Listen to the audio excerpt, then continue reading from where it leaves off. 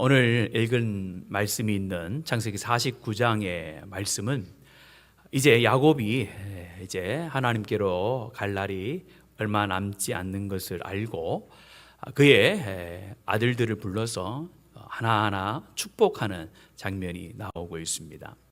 먼저 레아를 통해 낳은 아들들에게 축복을 하고 또 자신의 여종들을 통해서 낳은 자녀들에게 축복을 하고 마지막에 라헬을 통해서 낳은 야곱과 베냐민에게 축복하는 장면이 기록되어져 있습니다. 오늘 읽었던 본문은 그 중에서도 요셉이 받은 축복에 대해서 기록을 하고 있는 내용입니다. 오늘 이 저녁에는 하나님께서 야곱을 통해서 요셉에게 주셨던 그 축복의 말씀이 오늘 하나님께서 우리에게 주시는 말씀으로 받아들여지고 또 믿어지고 그렇게 되어지는 놀라운 역사가 있게 되어지기를 예수님의 이름으로 축복합니다. 먼저 살펴볼 것은 요셉의 축복을 살펴보기 전에 우리가 말씀해 보면은 유독 더 요셉보다 많은 구절을 인용해 가지고 축복을 했던 사람이 나오는데 8절부터 12절의 말씀에 보면은 유다에 대해서 축복하는 장면이 나옵니다. 이스라엘 백성들 12지파가 있습니다만 그 중에서 유다와 요셉을 통한 므낫세와 에브라임 지파는 굉장히 중요한 역할을 차지하는 두 지파입니다.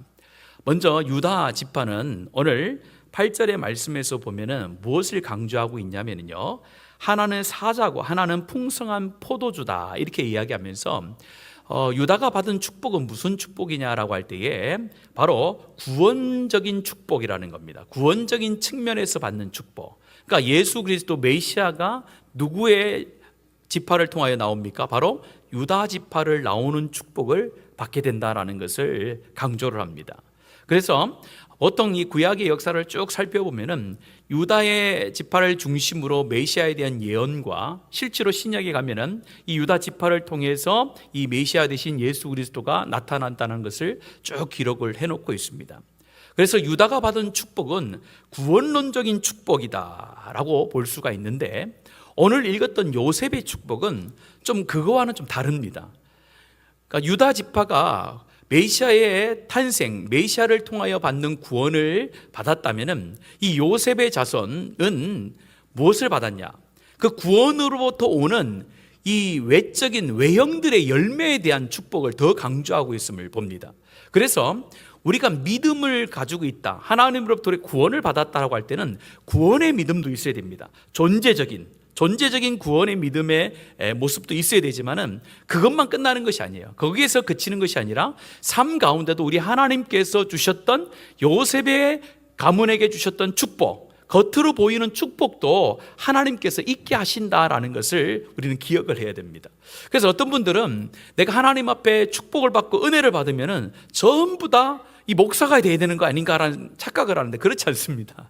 하나님께서는 구원의 축복도 주시지만은 구원의 열매로서 삶 가운데 풍성히 누리는 복도 하나님께서 허락하신다라는 것을 우리는 기억을 해야 됩니다. 그런데 이것을 한쪽으로만 강조하다면요, 이게 균형을 잡지 못하는 거예요. 그래서 구원적인 믿음에만 계속해서 강조를 하다 보면은 이 땅에서 삶에 살아가는 데 있어서 너무나도 피폐한 삶을 살아가는 사람이 생겨나고, 또 반대로 구원적인 믿음에 대해서는 존재론적인 축복에 대해서는 강조를 하지 않고 이 땅에 나타나는 현상적인 축복만을 강조하다 보면은 그것을 우리는 무엇이라고 합니까? 기복주의 신앙이다 이렇게 얘기하는 거예요. 그래서 하나님께서는 구원의 축복도 허락하셨을 뿐만 아니라 구원을 받은 자가 살아가는 이 땅 가운데서 요셉에게 주셨던 풍성함을 누릴 수 있는 그 복도 주시는 줄로 믿습니다. 오늘은 이 구원적인 믿음보다는 하나님께서 이 요셉에게 주셨던 이 구원의 열매로서 이 땅에서 누리는 축복에 대해서 먼저 세 가지로 오늘 말씀을 통해서 살펴보고자 하는데요. 먼저 22절 말씀 같이 한번 더 읽겠습니다. 22절입니다. 시작. 요셉은 무성한 가지 곧 샘 곁에 무성한 가지라 그 가지가 담을 넘었도다. 22장만 읽어봐도 무슨 축복인지 알겠죠. 야곱이 요셉에게 축복했던 그 축복의 첫 번째 모습은 번성함이 있는 축복이다 이렇게 표현하고 있어요. 번성함이 있는 축복을 샘 곁에 무성한 가지다, 이렇게 표현하고 있습니다. 샘 곁에 무성한 가지다. 용비어천가에 보면은 샘이 깊은 물은 가뭄에도 물이 마릅니까 안 마릅니까? 마르지 않는다라고 이렇게 얘기했잖아요. 그런데 팔레스틴 지역에 가면은 이게 체감적으로 금방 느낄 수가 있습니다. 팔레스틴 지역에 가면은 이게 다 사막 지역이라든지 아니면 메마른 땅이 대부분입니다. 그런데 이 메마른 사막 지역 같은 그 땅을 쭉 가다가 어느 한 곳에 가면은 이 야자수들이 쭉 있는 게 보여요. 그리고 물이 있는 곳인지 어떻게 하냐면은 이 전부 다 우리로 말하면 아이보리색으로 돼 있어요. 다 사막과 같은 메마른 땅이다 보니까. 그런데 어느 지역에 딱 가면은 파릇파릇한 그런 풀들이 다 있어요. 그러면 그 밑에 무엇이 있다는 거예요? 물이 있다는 것을 금방 알 수가 있습니다. 그래서 팔레스타인 지역에서는 비가 많이 오면은 뭐 강도 생기고 시내도 생기는데 이 가뭄이 조금만 오면요 금방 말라버려요. 그런데 중요한 것은 샘이 있는 그 곁에는요 항상 풍성함이 있는 그런 모습을 유지하고 있는 것을 볼 수가 있습니다. 이처럼 팔레스타인 지역에 살고 있는 이스라엘 백성들을 향하여 축복하면서 이런 시각적인 효과를 가지고 이야기를 하는 거예요. 야, 요셉이 받은 축복은 샘 곁에 무성한 가지처럼 번성케 하는 복을 받을 것이다 라고 그렇게 이야기를 한 것입니다. 자, 이것은 야곱을 통하여서 요셉에게 축복의 내용으로 주신 것이지만은 실제로 요셉이 살아가는 모든 인생 가운데 누렸던 축복이기도 합니다. 미래에 대한 축복이라기보다는 과거부터 이미 누리고 있었던 요셉의 축복이라는 것을 알 수가 있어요. 번성함의 축복, 샘 곁에 무성한 가지처럼 이 요셉이 가는 곳곳마다 풍성함이 있었잖아요. 어디에서부터 있었습니까? 집에서도 있었습니다. 그 노예로 팔려가서 어디로 팔려갑니까? 보디발의 집에도 팔려가잖아요. 보디발의 집에 팔려갔을 때도 요셉이 있는 그곳에 하나님께서 뭐 하셨다고 했습니까? 그렇죠. 축복하셨다라고 이야기하잖아요. 자, 그래서 옥에 갇혔을 때도요, 어떻게 보면 옥에 갇혀 있을 때도 다른 사람들은 몰라도 요셉은 옥에 갇혀 있었음에도 풍성함을 누리는 삶을 살았고, 마지막으로 요셉이 애굽에 살면서 무엇이 됩니까? 총리가 되잖아요. 총리가 되어져서 이 애굽의 나라를 어떻게 이끌어갑니까? 풍성함으로 이끌어가잖아요. 그러니까 하나님께서는 이미 요셉 가운데 그 인생을 살아가면서 샘 곁에 심은 나무가 풍성한 열매를 맺듯이 그의 인생 가운데 풍성함을 주셨는데 앞으로 또 너희 가문 가운데 너희 혈통 가운데 이런 풍성함을 주겠다라고 오늘 약속하시는 장면이 22절의 말씀입니다. 오늘 이 풍성함의 축복이 저와 이 여러분과 우리 교회의 축복이 되어질 줄로 믿습니다. 여러분들 기도하셔야 돼요. 내년 이제 얼마 남지 않았지 않습니까? 내년에 기도할 때 이렇게 기도하는 거예요. 하나님, 나에게 구원의 믿음 주신 것도 참 감사한데 하나님께서 야곱을 통하여서 요셉에게 축복했던 것처럼 하나님, 내 삶과 내 가정과 내 직장과 내 자녀들 가운데도 하나님 샘 곁에 무성한 가지가 풍성한 열매를 맺는 그런 하나님 풍성한 열매를 나에게도 허락해 주십시오. 그렇게 기도할 때에 하나님께서 말씀대로 이루어지는 역사를 주실 줄로 믿습니다. 그렇게 기도하는 것은요, 믿음에 근거한 거예요. 믿음에. 이건 기복주의가 아니에요. 하나님께서 풍성함을 주시겠다라고 약속해 주셨거든요. 그래서 우리는 그 하나님의 구원의 열매로서의 풍성함을 구하는 거예요. 세상 사람들이 요구하는 그런 풍성함이 아니라 어디에 근거한 거예요? 구원에 근거한 풍성함을 하나님 허락해 달라고 기도하는 것입니다. 또한 두 번째는 23절과 24절에 나오는데요, 같이 한번 읽겠습니다. 두 절입니다. 시작. 활 쏘는 자가 그를 쏘았으나 요셉의 활은 도리어 굳셈이요 그의 팔은 힘이 있으니 이는 야곱의 전능자 이스라엘 반석인 목자의 손을 힘입음이라. 아멘.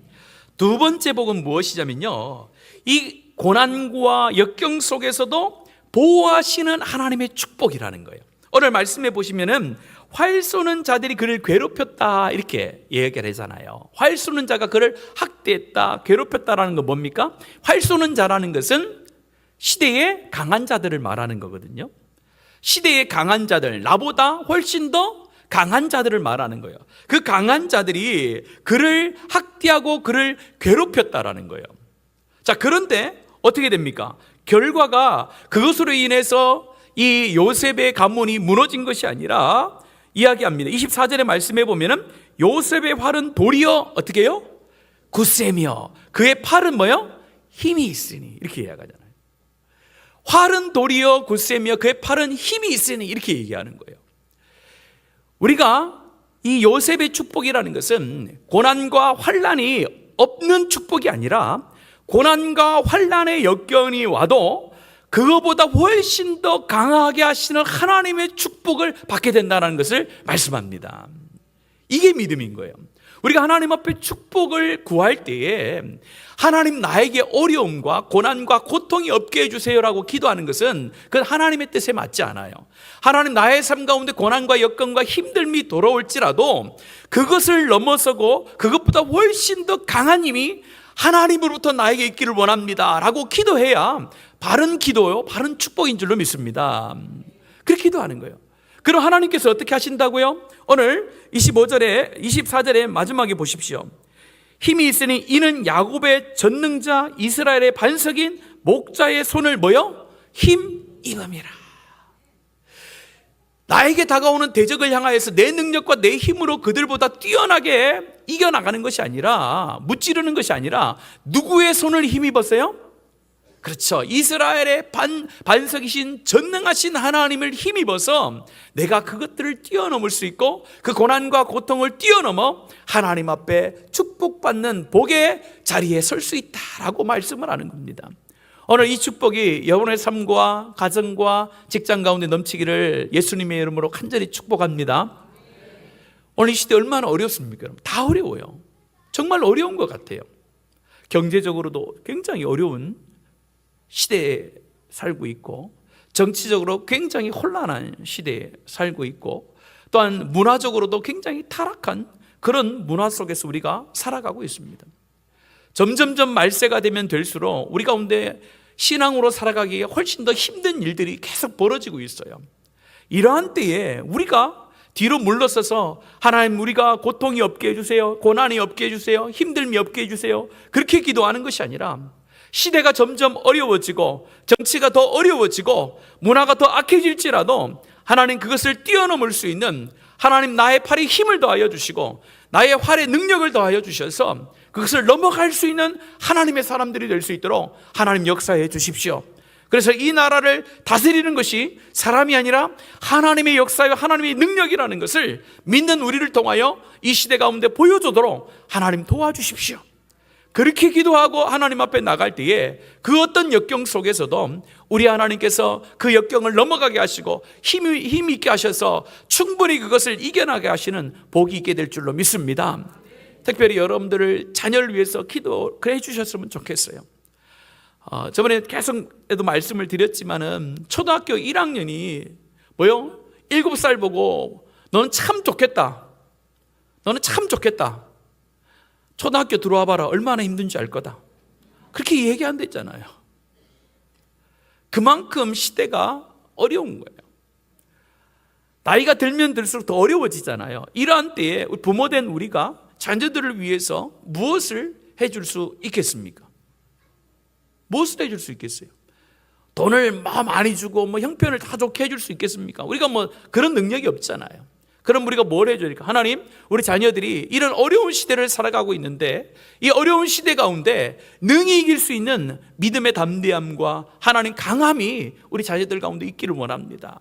그렇게 기도하며 우리 자녀들을 세워나갈 때에 우리가 그들과 함께하는 시간은 적지만은 그들이 믿음 안에서 승리하는 자로 이 땅을 정복하는 자로 세워질 줄로 믿습니다. 그런 축복이 우리 자녀들 가운데 있도록 특별히 기도하는 저와 여러분 우리 교회 되어지기를 간절히 축복합니다. 마지막 세 번째는요, 23절과 24절의 말씀에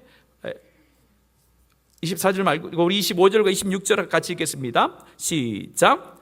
내 아버지의 하나님께로 말미암았나니 그가 너를 도우실 것이요 전능자의 말미암나니 그가 내게 복을 주실 것이라. 위로 하늘의 복과 아래로 깊은 샘의 복과 젖먹이는 복과 태의 복이로다.